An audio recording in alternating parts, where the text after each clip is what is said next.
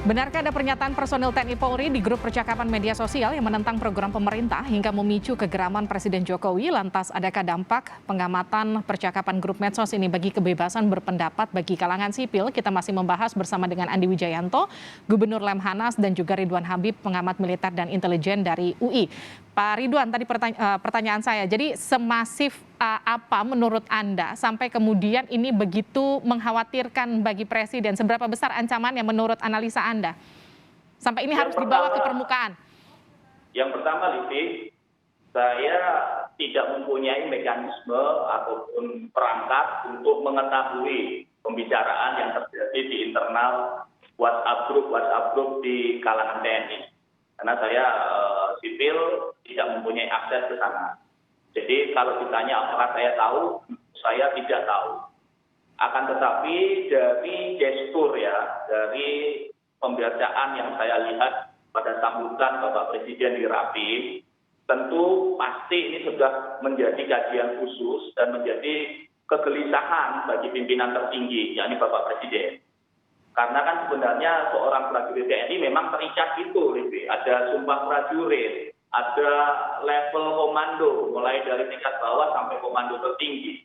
Dan ketika kemudian itu terlanggar, tentu akan meresahkan, terutama bagi Panglima tertinggi, yakni Bapak Presiden. Itu, Livi. Oke, saya ke Pak Andi lagi. Pak Andi, ini kan ada dua hal yang kemudian juga diucapkan Pak Jokowi. Selain tadi soal isu penolakan IKN oleh TNI Polri, ada juga soal potensi masuknya paham radikal, bahkan melalui keluarga prajurit. Betul ini sudah terjadi, Pak Andi?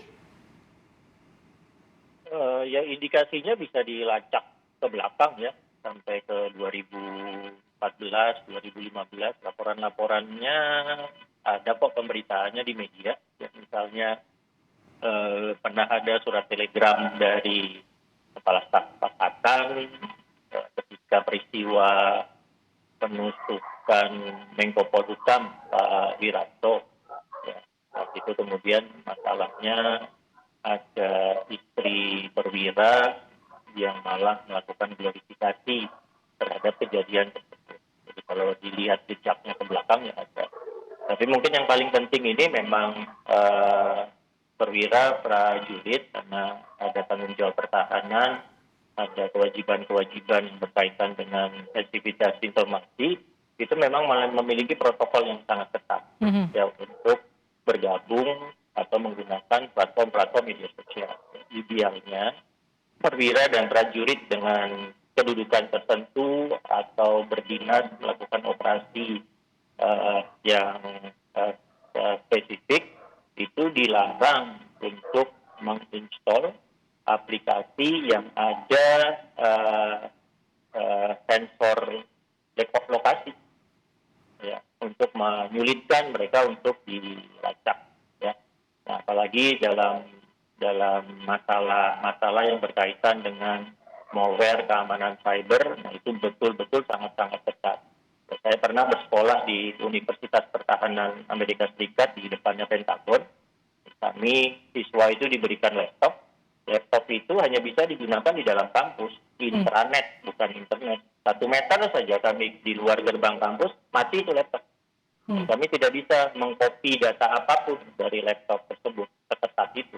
Ya, kalau kami membawa handphone, misalnya, ya harus memasukkan kode tertentu untuk mendapatkan signal di dalam kampus. Ya, ada protokol-protokol komunikasi yang sangat ketat yang diterapkan karena ada masalah sensitivitas informasi.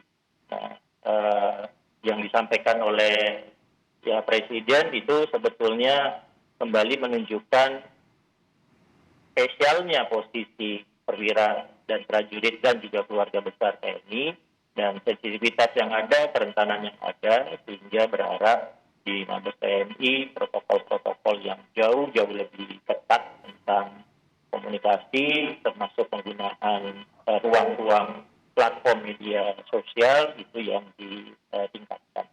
Oke, Pak Ridwan, sejauh mana kemudian ruang-ruang media sosial bagi keluarga TNI Polri ini harus dibatasi untuk melindungi mereka sendiri, terutama dari paham-paham radikal yang sekarang mungkin saja sudah mulai masuk ke keluarga TNI Polri?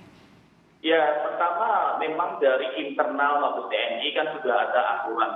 sedang disusun setahu saya dengar dari teman-teman yang berada di sana, ada panduan sehingga misalnya ketika akan mengundang seorang penceramah atau seorang pembicara, itu ada mekanismenya, ada pelaporan dulu dari yang panitia acara kepada pimpinan, sehingga kemudian bisa dicek latar belakangnya apakah pernah terafiliasi dengan organisasi yang pernah atau sudah dilarang oleh pemerintah. Saya ambil contoh misalnya HTI, Hizbut Tahrir Indonesia kan sudah dilarang. Jadi sangat aneh ketika seorang pembicara dari HTI diundang oleh pihak TNI. Jadi yang seperti itu semoga tidak terjadi dengan mekanisme yang sudah disebut oleh Mabes TNI. Oke, tapi kalau Anda sendiri melihat bagaimana kemampuan TNI Polri sejauh ini menghadapi perubahan ancaman, terutama khususnya untuk kejahatan digital saat ini? Oh, kalau untuk kejahatan digital kan memang sudah mulai mereka menciptakan satu satuan ya, ada satuan siber di Mabes TNI dan di Angkatan juga sudah di Angkatan Darat juga ada satuan persandian dan cyber yang khusus menangani itu. Kemudian mekanisme intelijen cyber juga berjalan.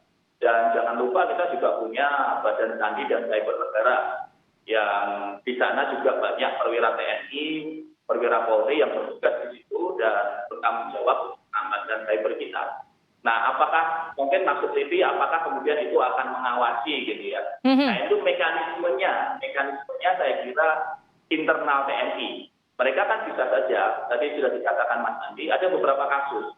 Misalnya di Purwokerto tahun 2018, itu ternyata ada satu postingan di Facebook, ini postingan terbuka. Ketika dilacak, ternyata yang posting adalah seorang istri prajurit aktif.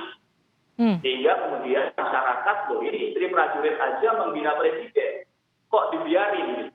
Lalu kemudian karena laporan dari masyarakat, ditindaklah suaminya.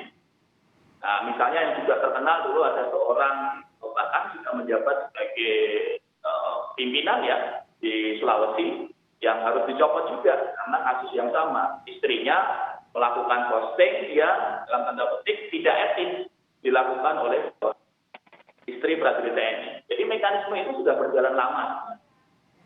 Oke, Pak Andi, jadi apa yang bisa dipelajari dari keluarga TNI Polri terkait dengan instruksi Presiden, minta didisiplinkan, minta kemudian untuk lebih diawasi lagi, apa yang harus mereka tanamkan? Ya, yang ada dua hal ya. Yang pertama memang penguatan kembali identitas keluarga besar TNI, apakah baik para purnawirawan, istri, suami, atau anak, sebagai bagian integral dari TNI, sehingga nilai-nilai dan tekad perjuangannya sama dengan yang dianut oleh prajurit perwira yang berdasarkan tata marga Sumpah Prajurit dan disiplin militer. Lalu yang kedua, ya memang wajib untuk Mabes TNI untuk mengeluarkan protokol komunikasi yang jauh lebih ketat, ya terutama ketika prajurit dan perwira dan keluarganya itu bergabung dalam platform-platform media sosial, karena ada sensitivitas tugas, sensitivitas informasi yang benar-benar harus dijaga.